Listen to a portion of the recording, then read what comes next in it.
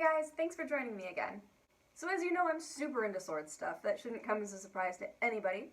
But I've been doing historical European martial arts for a very long time. And a couple weekends ago, I've finally tried armored combat.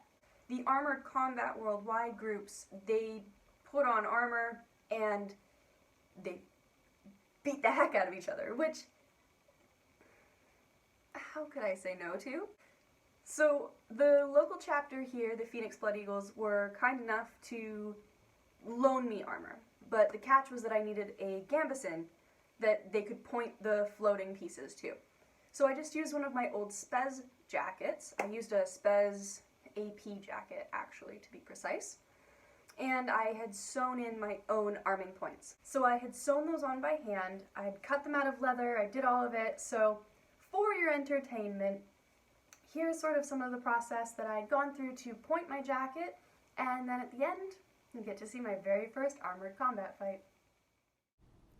So I had gone to my local craft store and I just bought a sheet of crafting leather. It was the same size as a piece of paper. And from that I had just cut out, as you can see here, little 2-inch by 2-inch squares. Once I cut the squares down to size, I used a leather punch and I had punched holes along the edge here so that I could have little sewing holes. That way I didn't have to try and force a needle through the really thick leather. I also have 4 bigger holes in the center of the square that I will use to lace the points through. Punching the holes in the leather was really tedious work. I'm really glad I ended up getting a leather punch for this, so if you're considering this project for yourself, I highly recommend investing in an actual leather punch. As you can see, the finished square has 4 holes in the middle, like I said, for lacing the actual arming point, and then I ended up doing all those little holes around the ridge so that I could sew the point easier onto my jacket. So this is what it looks like finished. It has the arming point laced through it. I had to do a total of 8 altogether for my jacket. I had gone with this 4-hole design. As you can see, it kind of loops through the top. I thought this would maybe prevent the weight of the armor from stretching and tearing the leather. The sewing took quite a bit of time, but it wasn't too difficult until I reached the elbow where I had to try and sew into the sleeve. That was pretty difficult, but I was really happy with how the jacket turned out overall. The black leather on the black jacket looked great. I knew that the jacket would fit because it was mine, and I just needed to get all the armor attached. So here we go. I'm the fighter coming in on the left with the red and black shield.